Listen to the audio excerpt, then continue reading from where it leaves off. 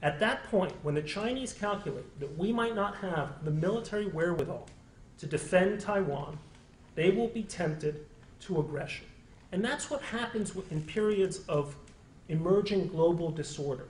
Some countries become much more risk averse, and other countries become risk takers. That's what happened in the 1930s. You had a risk aversion in France, you had risk taking in Germany. The result was 1940, the Second World War. The other possibility, which I worry about a great deal, is, I touched on this now, the possibility that we are about to gut our defense. People like to play this parlor game, which is, what year are we living in? And I think American Jews especially will say it's 1938, it's the Sudetenland, the Munich Pact, or it's 1967, the eve of the Six-Day War. Maybe in the United States it's 1948. 1948, Britain realized that it could not sustain its commitments as a global power in India and Pakistan, in Turkey and Greece, in its mandated territories in Palestine. And it withdrew. Very suddenly in 1948, 1948 is the year in which British power finally collapses. After 300, 400 glorious years, it falls like that. But Britain in 1948 could look to the United States, could hand off the responsibilities of a global power. To whom do we hand off? To the Chinese? To the Russians? To the Europeans? There's no one to hand the ball to. So this should worry us a great deal. Now, I see I've really sunk you all into a pit, which is my purpose. Let me just offer a few thoughts about what we ought to be doing, which is, number one, let's avoid bad ideas. There is a certain New York Times columnist who has written on repeated occasions that he wishes that we could be China for one day. That is to say, if we just had a government that got total autocratic power for a single day, it could legislate all kinds of things and shove it down everyone's throats, and the world would be a better place. I would argue that that's exactly what happened in the United States Congress between 2009 and 2000, and the present Congress, when the present Congress came in at the beginning of 2011, and the result was catastrophic financial regulation and catastrophic healthcare regulation. Let's not be China for a day. Let's not get carried away with the idea that we have all this political gridlock and dysfunction. Political gridlock and political dysfunction has served this country very well for centuries, and we shouldn't resist it. There's an inherent wisdom in the American system of checks and balances. So let's not be China for a day, because China is making mistakes on a much larger scale than we are, except they don't yet know it. Let's not be Europe for a day. Let's not go the route of the Europeans in imagining that we can simply spend our way out of our fiscal problems. That's insane. So let's not do that. Let's not be the Middle East for a day and fall victim, as you can see here at San Diego, at the university, to these kinds of ethnic conflicts. Let's remember that this is an e pluribus unum country. This is the United States. What we need to do is cultivate a basic American idea, which has served us well whenever we've been in situations like this, that the United States is a country that exists so that every individual citizen can prosper and flourish with a minimum of intervention from busybodies, whether they're your neighbors or whether they're your governors or your elected politicians.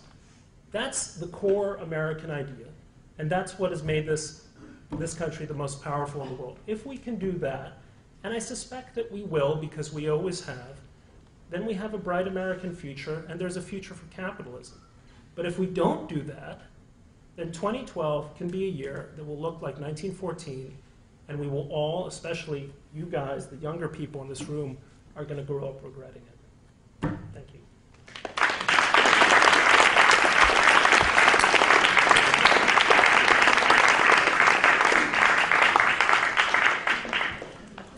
Well, that was impressive. We have time for a dialogue. I want to ask the first question, which is, talk to us about Putin the president of Russia, and is there anything fundamentally about Russia that has changed? Putin is not the president of Russia. Putin is the czar. And the question is actually a marvelous one. I mentioned Woodrow Wilson at the beginning of my talk. And after, since you're tech savvy, afterwards you should, well, I don't think this would actually fit in a tweet, but Google Woodrow Wilson's war message to Congress from April 1917, when he says, "Isn't it wonderful, these fantastic developments in the last few weeks in Russia? The Russians, we always knew, were democratic people at heart who had thrown off the shackles of czarist despotism, to assert their true character and nature." And of course, he was talking about the Russian Revolution of March 1917, when this pleasant social democrat named Alexander Kerensky kind of ambled through the pages of history. And then Kerensky was, within 6 months, booted by the Bolsheviks, who became the new czars of Russia, just on a scale and in a style that no previous Russia had ever experienced before. So there is a kind of continuity in Russian history, this habit in which liberal experiments tend to be brief and wind up being stillborn. That was true with Kerensky. It appears to have been true with Yeltsin. And there were also czarist periods where you had efforts at liberal reform. So the Putin administration seems to be in keeping, or his reign seems to be in keeping with cultural patterns in Russian history which naturally make us Americans uncomfortable. Because we are of the view that any country can be democratic, all you need is a good constitution, all you need is good governance, and you're on your way. Yet somehow, historically, in some countries, these patterns assert themselves where they try to get to a kind of democratic liftoff, and it doesn't happen. It hasn't happened in Russia. What's really interesting, two things are happening in Russia which are very worrying, and they seem to be paradoxical, but they're in some ways in keeping with each other. One is the emergence of a kind of czarist/mafia state. The richest man in the world is Vladimir Putin. Forbes doesn't know it, but why does Alexander Lebedev, or what's his name, the guy who owns one of the football clubs in... New Jersey Nets. No, not the New Jersey Nets guy. He's a guy in London. Football, yes. But he owns 8 mega yachts. Who needs 8 mega yachts? You don't own 8 mega yachts. You hold 8 mega yachts because there are government officials who are actually the owners of these yachts. Oh dear, I probably am going to get sued for this comment, so that was off the record. So I retract that immediately. There's a great deal of criminality and corruption at the top of the Russian state. Can we agree to that? Second point is that Russia, at the same time, is collapsing socially. Its population is declining very rapidly. It's going to go from about 130 million people to probably under 100 million on current demographic trends. It has one of the highest rates of drug addiction. It has a very high rate of tuberculosis. It has incredibly, the average lifespan for a Russian is, I think, under 60 years, or about 60 years. Here in the United States, it's 77 or 78. It's certainly the lowest, one of the lowest. Is good. One of the lowest in the world. Unfortunately, that's where people born today. And so you have this system in which you have a plundering autocracy on top and a society that's sort of in the process of collapse below. And how does that play out? I don't know. It's anyone's guess. Oh, that was fascinating. Mr. Haskell. Talking about the future of capitalism, I'm qualified for an R card, so I may have my names and numbers a little wrong here. But the story that's going around the web a lot, David Hill, I think the Scottish historian, who said that the physiology of a democracy will collapse because when people find they can vote the treasury to themselves, they do it. And eventually you go bust. I don't know if you have a comment on that too. That's, I mean, the point is, I don't know who David Hill is, but the point is profound, and I don't think it's original to him. I mean, the fundamental fear is that in any democratic/capitalist society eventually becomes a self-plundering welfare state. And that's exactly what's happened in Europe. I mean, what have the Greeks been doing? You know, I mean, the crisis of Europe, people think is this complicated story. It's not a particularly complicated story. People have been voting themselves larger and larger entitlements, shorter and shorter work weeks, bigger and bigger vacations for 40, 50 years. And, you know, as Rudyard Kipling wrote in one of his great poems, if you don't work, you die. Well, it's,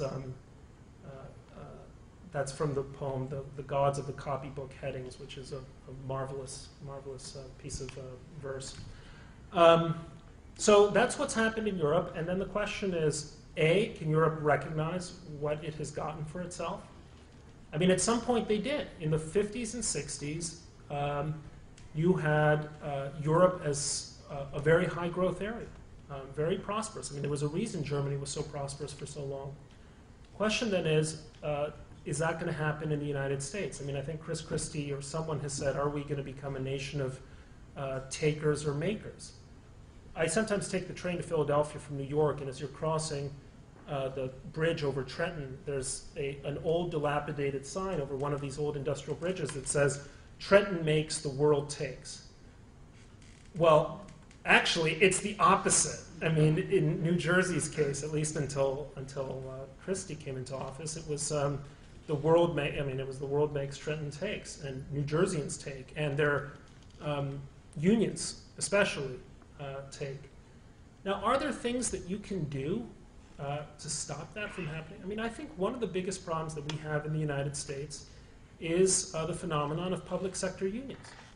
I mean, that's deeply problematic. I mean, the concept of a union is somehow embedded with its relationship with private employers. Public sector unions are a real problem in democratic society, and you see it playing out almost, you know, everywhere where they are, because it's the combination of political power and bureaucratic power in a kind of invidious way. Well, public sector unions only really came about in the Kennedy administration. I mean, it's a relatively modern phenomenon. So could you imagine a point in which the U.S. decides that if you work for the government, you cannot don't have the right to collective bargaining? I think it would be a good step for the U.S. But the point that you're making is one of the great conundrums of democracy. It's a philosophical problem that you're dealing with. And how do you cultivate intellectual resources to guard against that tendency? It's an educational problem that you're dealing with. How do you teach people to say, this is the destruction of a democracy if you go down this route? In some ways, you have this wonderful illustration in Europe if people would just bother to understand what exactly is happening there. Yes, sir. You know, 40 years ago, a fiscal conservative was somebody who fought like heck to limit the scope of government, but then when they decided that they were going to do something, they paid for it. For the last 30 years, politicians have been handing out Social Security benefits and Medicare benefits and bigger wars and bigger militaries and borrowing. And your paper continues to advocate tax cuts to balance a budget. You just made a very strong case for a strong national defense. 80% of the people say don't touch Medicare, don't touch Social Security, don't touch Medicaid. You can't do that when the government taxes 15% of the economy and spends 25% of it. Nobody is willing to cut that 25% of it. You got to pay for it. Right. We have been deficit spending in this country since the days of Alexander Hamilton, and thank God. So deficit spending itself is not this horrendous problem if it's kept within reasonable size. Up until about 5 or 6 years ago. How about 10? Can we agree on 10? Okay, let's say. Push tax cuts to wars. No, because look, the problem with your thesis is the notion that higher taxes equal greater revenue, and that's simply not